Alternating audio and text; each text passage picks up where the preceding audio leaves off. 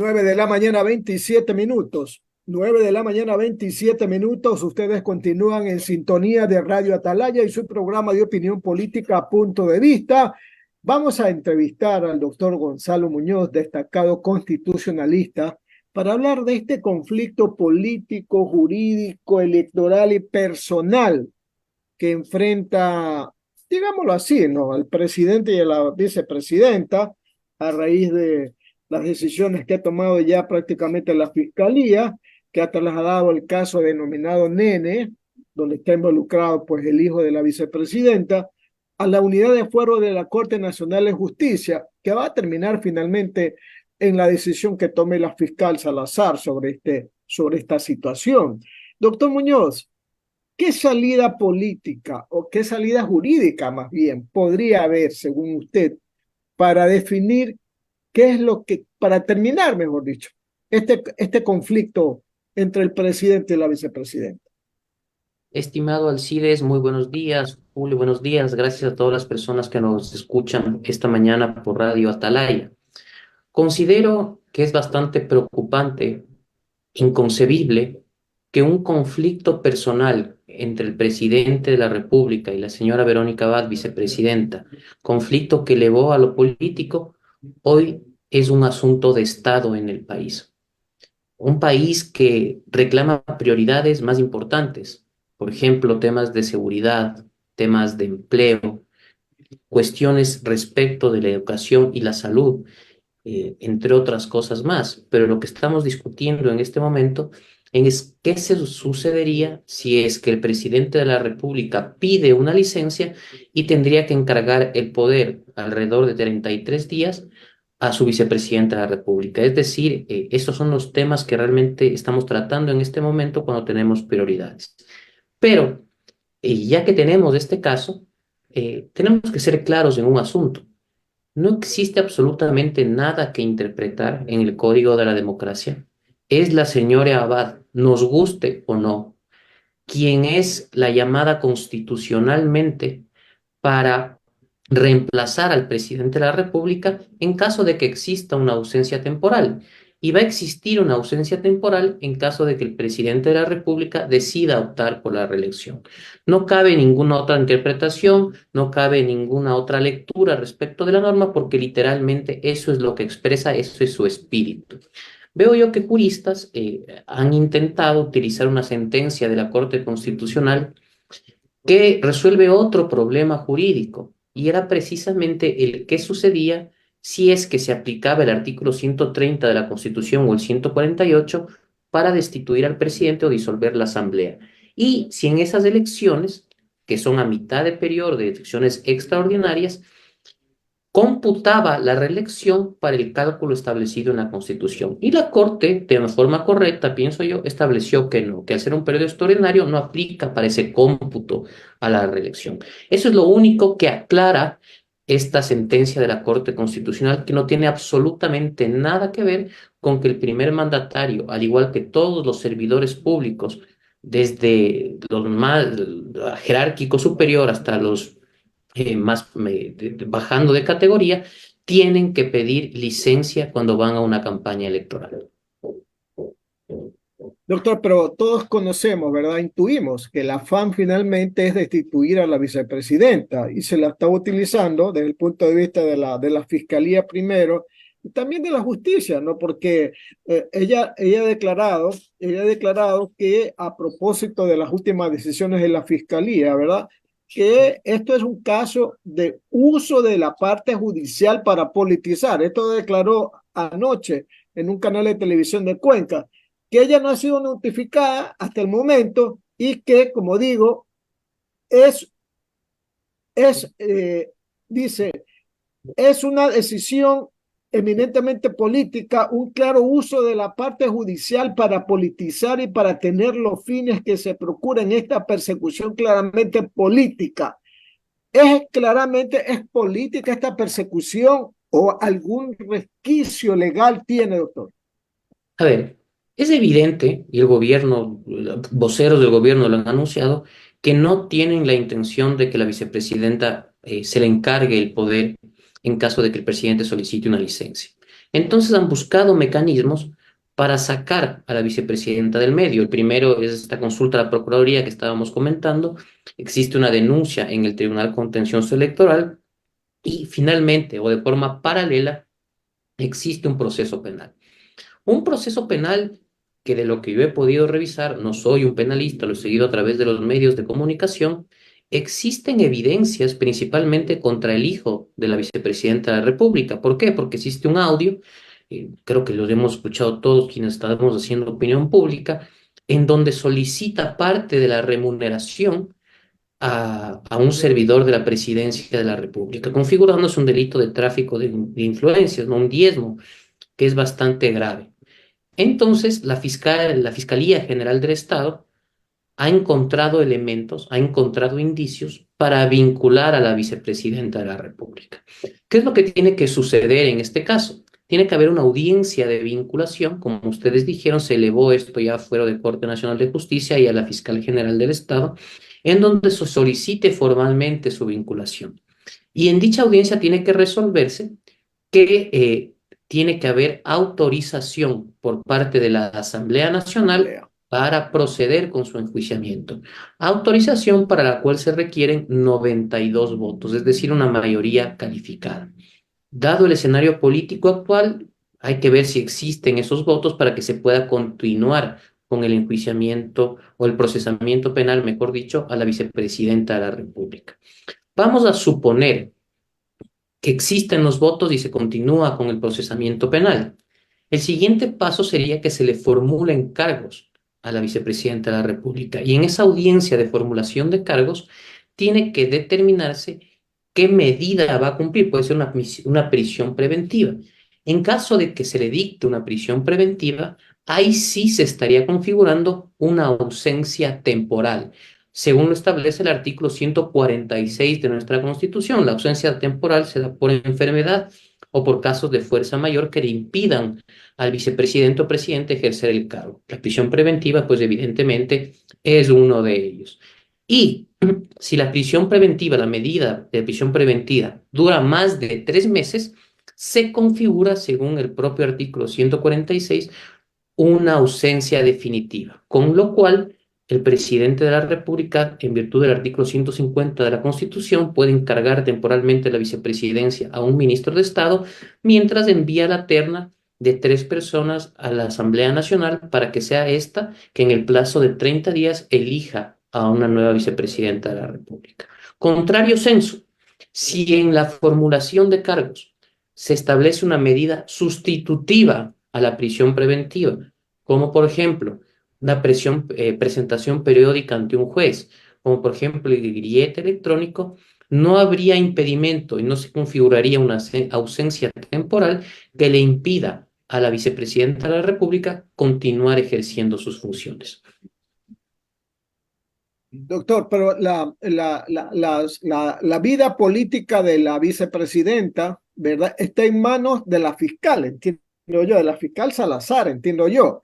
¿Y por qué le digo? Porque he estado leyendo que uno de los denunciantes, en este caso que involucra también al hijo de la vicepresidenta, ha dicho, un Rommel P., ha dicho que Verónica Abad conocía de los acuerdos y negociaciones de su hijo. Este es un argumento de peso como para involucrarla ya penalmente a la vicepresidenta y que la fiscal tome decisiones finalmente, doctor. A ver, la fiscal en la audiencia de vinculación tiene que mostrar los elementos probatorios, los indicios que existan para poder vincular a la vicepresidenta de la República. Un simple testimonio, pues en este caso, desde mi punto de vista, no sería suficiente, pero supongo que la Fiscalía General del Estado debe tener más indicios que pueden ser sólidos para vincular a la vicepresidenta de la República. Esto lo sabremos en el momento que sea vinculada y con más especificación, con más claridad, en el momento de una formulación de cargos, si llegara a darse la autorización de la Asamblea Nacional. 9 de la mañana, 37 minutos. Continuamos en este diálogo con el doctor Gonzalo Muñoz, constitucionalista, con más preguntas de mi compañero Julio Ayala. Adelante, Julio. Sí, gracias. Doctor Muñoz, muy buenos días. este tema de los vicepresidentes de la República es un tema, pero de larga data. Yo recuerdo Velasco Ibarra decía que el vicepresidente de la República era un conspirador a sueldo y se refería en ese caso, por ejemplo, al doctor Zavala Vaquerizo. Recuerdo que cuando Maguad se cayó decían que Noboa ya estaba presionando para que se caiga Maguad. Recuerdo lo mismo de Abdalá, que se fue contra Rosalía Arteaga, que era su sucesora, y que la boicotearon y la sacaron de la vicepresidencia y de la presidencia. El caso de Gutiérrez, decían que el doctor Palacio había estado haciendo las gestiones para quedarse con el cargo. Y ahora tenemos el problema de Noboa con la señora Abad. Dígame una cosa, si se cumplieran los plazos de involucrar a la señora Abad, ¿lograrían que esto sea antes de que le encargue la presidencia al señor Noboa? Estimado Julio, buenos días. Sí, en varios pasajes de nuestra historia hemos visto los conflictos que han existido a nivel de presidente, vicepresidente. Por ejemplo, usted ponía el caso de Velasco Ibarra con Zavala Vaquerizo. En historia más reciente, el que existió con León Febres Cordero y Blasco Peñarrera en el tema de Taura. Después los dos volvieron a reconciliarse y a tener una buena relación. El caso después, por supuesto, de Lucio Gutiérrez con Alfredo Palacio, etcétera. Varios pasajes de nuestra historia. Antes era, como decíamos, Febres Cordero con Velasco Peñarrera, ahora es Noboa con Verónica Abad. Así va avanzando nuestra política. Pero en el tema de los plazos, efectivamente yo pienso que no habría inconveniente o podrían darse cómplice para que el presidente de la República, de avanzar el proceso penal, pueda encargar la presidencia de la República a otra persona. ¿Por qué? Porque tiene que darse la vinculación ya en estos meses, en estos días, vamos a suponer que en el mes de junio, y la Asamblea Nacional, exagerando, pensaría yo que los primeros días de julio debería estar tratando la autorización para poder enjuiciar, para poder continuar con el proceso penal al vicepresidente. Y recordemos que recién el encargo tiene que darse cuando se llame a campaña electoral. Esto vendría a ser más o menos en enero del 2023. Entonces, en enero, perdón, del 2025. Entonces, pienso yo que los plazos existen. Hay que ver si más allá de los plazos existen elementos sólidos, se esté apegando lo actuado a la ley y a la Constitución, para que evidentemente pues no existen candidatos con corona, candidatos que utilicen el Estado, el gobierno para hacer campaña, lo que pone en desigualdad de condiciones a los demás aspirantes. Ahora, una cosa interesante, doctor Muñoz, se necesitan 92 votos en la Asamblea para que se autorice el enjuiciamiento. Ya el partido, el RC, ha hecho todo lo posible para que la señora Abad asuma la presidencia, o sea, se ha manifestado públicamente que quiere eso. El Partido Social Cristiano y el Partido Construye están en contra en estos momentos del gobierno, porque tienen que estar en contra, porque si no, a favor no ganan elecciones, ¿no? Aquí en el Ecuador no se ganan elecciones estando a favor del gobierno, más aún cuando el candidato de gobierno es el propio presidente de la República, ¿no? Entonces, eso es increíble. ¿Usted cree que se puedan conseguir los 92 votos para que se autorice el enjuiciamiento a la vicepresidenta? A ver, tenemos 137 legisladores. El bloque o la bancada de la Revolución Ciudadana tiene alrededor, si no, no quiero equivocarme en el número, de 48 legisladores. Solamente si la bancada de la Revolución Ciudadana ya está en contra de levantar el enjuiciamiento, no existirían esos votos, existirían 89. Hay que ver si esa decisión se suman otros movimientos políticos, pero solamente que la bancada de la Revolución Ciudadana vote o esté en contra de la autorización del juicio, no podría seguirse con el mismo según los números que constan pues, en la Asamblea Nacional. Yo he sido político en el pasado y estoy convencido como el que más de que lo que menos va a tener es los votos en el Congreso para que se enjuicie a la vicepresidenta. Pues les va a encantar que se haga cargo la vicepresidenta y que de ser posible lo haga pedazo al presidente en los pocos días que está allí para que el presidente pierda votos. Yo de eso estoy convencido. Pero aquí viene el pero. ¿Hay algún otro mecanismo, usted que es un jurista connotado, doctor Muñoz, hay algún otro mecanismo para que el señor presidente se salte el encargo a la vicepresidenta. Yo he sostenido personalmente que lo mejor es que hagan las paces, ¿no? Así como usted señaló hace un momento que Febres Cordero hizo las paces con Blasco Peña, quien lo llamaron el serrucho, ¿no? Así mismo, lo mejor sería que hagan las paces y hasta negocien quién sabe qué cosas nada más, pero mejor sería que hagan las paces, porque difícilmente veo que el Congreso le vaya a dar la autorización, doctor Muñoz. ¿Hay algún otro mecanismo? Sí, no podemos comparar tampoco el talante de Peña Herrera y Febres Cordero con el del actual presidente y de la actual vicepresidenta. No hay que guardar las distancias también, que eso es una pena en nuestra democracia. Pero considero yo que por fuera del procesamiento penal, que hay que ver en qué termina, no existiría otra vía para que el término que usted utiliza, el presidente de la República, se salte a convocar o llamar a la vicepresidenta para que asuma la presidencia de la República en caso de que él tome una licencia. No podemos nosotros legislar o acomodar las normas en virtud de una coyuntura. Esto sería terrible.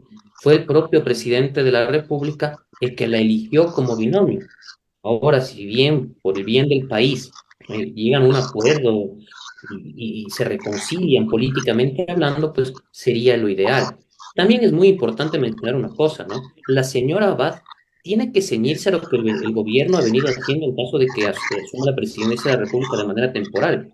Yo lo he escuchado decir horrores y barbaridades de que va a enviar proyectos de ley, de que pretende dar indultos, ese tipo de cosas. No le hace daño al presidente Noboa, que va a ser candidato, le hace daño al país, al interés público. Ella tiene que seguir con la línea del gobierno. Ella es simplemente una encargada de poder de un periodo corto de tiempo. Tiene que ubicarse en la realidad. Eso es lo que va a hacer ella, se le va a encargar el poder. Nada más que eso. Ella no puede poner una política pública propia porque se debe a un gobierno. Entonces, eso también es bastante criticable de esta señora que cree que pues va a ser Julio César o qué sé yo en todo este tiempo que va a estar de encargada. Y eso es totalmente incorrecto.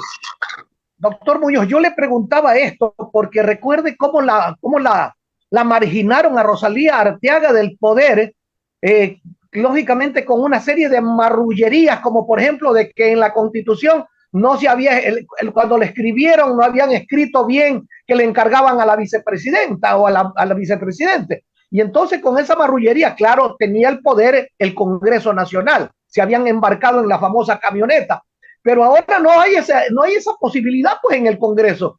Entonces, los caminos se le cierran también al señor Noboa, ¿o no es así?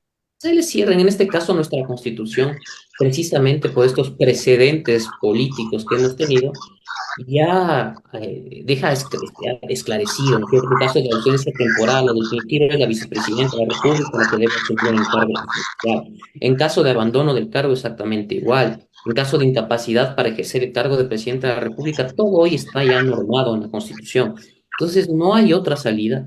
El tema de la elección que conversamos en un inicio, utilizando esa sentencia de la Corte Constitucional, sería realmente un acto atrabiliario y arbitrario que favorecería al presidente de la República, no solamente por el tema de la vicepresidenta, sino para hacer campaña en ejercicio de su cargo, en detrimento de los otros candidatos. Entonces, desde mi punto de vista, no existe en el ordenamiento jurídico ecuatoriano otra forma en que no se le pueda encargar el poder. Existe también, bueno, el tema del contencioso electoral, que yo no creo que termine en una sanción de destitución justamente por la proporcionalidad que debe existir entre la infracción cometida y la sanción correspondiente. Muchas gracias, doctor. Alcides, por favor, continúe.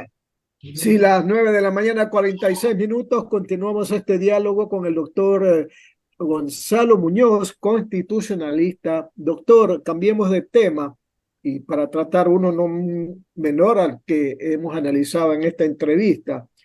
Esto de la pugna de poderes entre la Asamblea con el Ejecutivo, de que el señor Baby Torres habló de que la Asamblea quiere reconfigurar las comisiones y quiere levantarle un juicio político al presidente, las respuestas del presidente de la Asamblea, que es un chismoso de pasillo, y lo más gordo, que ahora resulta que el Ejecutivo le envía proyectos al Legislativo, no se los aprueba, el legislativo le manda proyectos de ley al ejecutivo y los veta totalmente, y ahí hay varias leyes, ¿no? Entonces la pregunta es, ¿qué de perjuicio al país le ocasionan estas controversias políticas, jurídicas, electorales y personales, doctor Muñoz? Considero que las declaraciones emitidas por el viceministro de Gobierno, Esteban Torres, son desacertadas. La Asamblea Nacional ha trabajado conjuntamente con el presidente de la República y se ha dado una gran producción normativa. Casi 6 proyectos de ley le aprobaron al presidente con una mayoría importante al interior del Parlamento. Que existan divergencias entre el gobierno y la asamblea es lo normal también en una democracia, siempre que esas divergencias desde el Parlamento no impliquen una conspiración o una desestabilización al presidente de la República, que evidentemente este no es el caso. Simplemente han existido temas distintos, formas de pensar diferentes, lo cual hace bien también a una democracia. Y el gobierno, así como supo convivir con una asamblea totalmente favorable, tiene también que aprender a convivir con una asamblea que esté en oposición en muchas cosas con las que no esté de acuerdo con el gobierno, sin que aquello implique, como repito, una conspiración. El viceministro hablaba, por ejemplo, de que se estaba planteando una mayoría anti-Noboa para un juicio político, lo cual pues es alejado de la realidad. No existe una causal, una conducta que se adecue al artículo 129 de la Constitución por parte del presidente Noboa para poderle seguir una solicitud de juicio político. Sería algo descabellado. Y en la Asamblea Nacional veo que ese no es el sentir. Entonces, así como existen convergencias, existen divergencias que son propias de la democracia, y el gobierno tiene que aprender a vivir con esto sin denostar la actitud de la Asamblea Nacional. Ahora, con el tema de los vetos, con el tema de los vetos. Respecto al veto del Código Orgánico de la Función Judicial, pienso yo que la Asamblea cometió una atrocidad al aprobar una disposición en la cual beneficiaba la impunidad y la corrupción para que los vocales de la Consejo de la Judicatura que estén en prisión preventiva sigan en ejercicio de su cargo. El presidente Noboa, ¿qué fue lo que hizo? Cogió y vetó totalmente el proyecto de ley. Muchos juristas dicen sí, tuvo que haberlo hecho parcialmente, porque efectivamente la reforma incluía temas positivos, como por ejemplo la creación de juzgados en materia de género, etcétera. Pero creo yo que lo que hizo el presidente fue darle un mensaje a la Asamblea Nacional, un mensaje de cero impunidad, lo cual que es importante también en política, ¿no? Fue un mensaje político. Con respecto al veto total a la ley que buscaba transferir de forma directa la renta de los municipios, considero yo que esta ley presentada de buena fe y con intención de favorecer a los gobiernos autónomos descentralizados como debe ser, que fue presentado por el presidente de la Asamblea, incurría en un error. ¿En un error por qué? Porque buscaba que se hagan transferencias directas los 5 primeros días, convirtiendo al presidente del Banco Central prácticamente en un ordenador, en una persona que dispone, cuando esa política pública está a cargo del Ministerio de Finanzas. Y quienes hemos estado en la función ejecutiva conocemos que lo que recauda el gobierno central en materia de impuestos no llega a las cuentas del presupuesto general del Estado los 5 primeros días. Muchas veces demora hasta 20 días y por eso existen los atrasos. Sería ideal que esto no suceda, pero en la práctica sucede, y no sucede en este gobierno, sucede en el anterior y ha sucedido a lo largo del tiempo. Entonces era un poco irreal lo que se estaba planteando, imposible de cumplir, y aparte que buscaba desfinanciar al gobierno central, más allá que estoy de acuerdo en el concepto, ¿sí? Estas no son dádivas que se les da a los municipios, a las prefecturas, a las juntas parroquiales, etcétera, sino es una obligación constitucional que debe cumplirse. Pero en la práctica tenemos que ajustarnos a lo que sucede. Vamos a suponer que en los primeros días del mes el gobierno nacional tiene en presupuesto general del Estado en cuentas, la cuenta única del Tesoro, alrededor de 300 millones de dólares. Y la, la asignación a los gobiernos autónomos descentralizados supera ese monto. ¿Qué van a hacer? Yo me pregunto qué van a hacer, porque no alcanza para todos. ¿Qué van a priorizar? Quitarle a Algunos. otro para ponerle a ellos, pues. Exactamente. Y por otro lado, se deja de pagar sueldos y ese tipo de cuestión en el Estado también. Entonces, hay que ser realistas para proponer una ley. Y ese es Doctor, el pero, problema que existe. doctor, pero disculpa la interrupción. ¿qué tal y si surte efecto este proyecto vetado por el presidente y dicen otros grupos humanos, dice, como a los señores de los GATT les aprobaron este proyecto, a mí también que somos representantes de cualquier entidad, ¿verdad? Que también nos paguen a nosotros lo que nos debe el Estado y vamos a presentar en la Asamblea un proyecto de ley porque se lo dan a los GATT, nos van a dar a nosotros y se convierte en una mala costumbre, pues, o sea, que todo el mundo va a querer a punta de leyes, de proyectos de ley que les paguen las asignaciones que no tiene el Estado. Exactamente. Peligro. Ese es el problema. Y lo que plantea el CIE tiene toda la razón. Todavía con si es que se daba este precedente, van a venir más actores a solicitar lo mismo, lo cual sería sumamente grave. Entonces, si bien es una obligación del Estado central cumplir de forma directa con las transferencias a los municipios, también hay que ajustarnos, como mencionaba, a lo que sucede en la práctica. Y en la práctica sucede que el gobierno no alcanza a recaudar en materia impositiva los 5 primeros días de mes. Eso es prácticamente imposible. Doctor, y el otro tema polémico, esto de que la Asamblea pues ya redujo de 92 a 70 los votos para insistir en la aprobación de una ley. ¿Qué estamos logrando con eso? Quitarle poder que tiene o que tenía el Ejecutivo y dárselos al Legislativo, o sea, un equilibrio de poderes, podríamos decir. A ver, si nos fijamos en el derecho comparado, en gran parte de las legislaciones, siempre se necesita una mayoría calificada para que los parlamentos se ratifiquen en sus decisiones sobre los vetos del presidente de la República. Ahora bien, nosotros en nuestra Constitución tenemos disposiciones, artículos que promueven un carácter hiperpresidencialista en nuestro sistema democrático. Y esto se evidencia en varias partes. Yo ponía un ejemplo, el artículo 130 de la Constitución que permite a la Asamblea Nacional destituir al presidente de la República con 2 causales. Es un artículo inaplicable, que es la muerte cruzada por parte de la Asamblea. Nunca va a suceder, porque el presidente de la República siempre va a tener la facultad, en virtud de 148, para con un simple decreto disolver primero la Asamblea. Es decir, la Asamblea Nacional no está en igualdad de armas frente al Ejecutivo. Y lo que se ha planteado con esta enmienda es precisamente intentar igualar un poco las competencias de cada uno por el lado, en este caso, de la colegislación. Las 9 de la mañana, 55 minutos. Julio, sus últimas preguntas. Sí, doctor, pero hay al respecto de lo último que usted dijo, pero imagínese, se aprueba una ley con 70 votos, se le envía al Ejecutivo, el Ejecutivo la veta parcialmente, ya es ley de la República, pues si regresa nuevamente al Congreso la vuelve a ratificar con los 70 votos que tenían. Entonces, ¿para qué enviarla al presidente de la República? El presidente de la República de ahora en adelante solamente tendrá que vetar totalmente algo cuando no lo quiere, porque si lo veta parcialmente se convierte en ley de la República, porque con los 70 votos que aprobaron la ley, ya es ley de la República si regresa al Congreso. ¿No le parece?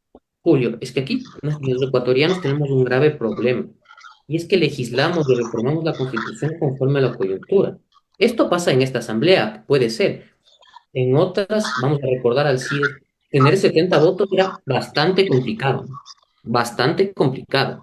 Entonces, si nos fijamos en la coyuntura actual, sí puede ser que existan muchas chances o muchas posibilidades de la ratificación, pero tenemos que ir más allá con la intención de la enmienda. En la coyuntura actual, sí, por supuesto, pero la intención es otra, que supera al actual presidente de la República y a los actuales legisladores. Tenemos que ir más allá. Y el presidente de la República tiene, por supuesto, la capacidad de la objeción total, para la cual la Asamblea sigue necesitando 92 votos para ratificarse, e incluso la objeción por inconstitucionalidad en caso de que considere que artículos, disposiciones contenidas en un proyecto de ley sean contrarias a la Constitución y tendrán que ser analizadas por la Corte Constitucional. Piense usted, doctor Muñoz, si ya hubiera estado vigente esta ley, de que con el mismo número de votos que se aprobó la ley, el Congreso la ratifica, ya hubieran ratificado la de los municipios y la del COI, pues la hubieran ratificado tranquilamente. Y entonces el presidente hubiera hecho un veto parcial prácticamente por gusto. Lo están obligando al presidente, si es que llegase a aprobar, aunque tiene que ser también aceptada por el presidente, si la ley existiera, lo obligarían al presidente a vetar totalmente todas las leyes que tengan algo que a él no le guste. Y eso sería malo porque usted acaba de mencionar, por ejemplo, que en la ley del COVID habían cosas buenas, pero la vetó totalmente por una sencilla razón, por decir que está en contra de la corrupción. Pero yo creo que hasta el momento ha venido funcionando bien este tema de que el presidente veta parcialmente algo y el Congreso, para poderlo aprobar, para poderlo salir adelante, ya necesita una mayoría compuesta, una mayoría compleja, pero hasta el momento eso ha venido funcionando más o menos bien. Lo otro sería ya darle un poder al Congreso y obligarlo al presidente que vete todas las leyes que no le gustan totalmente.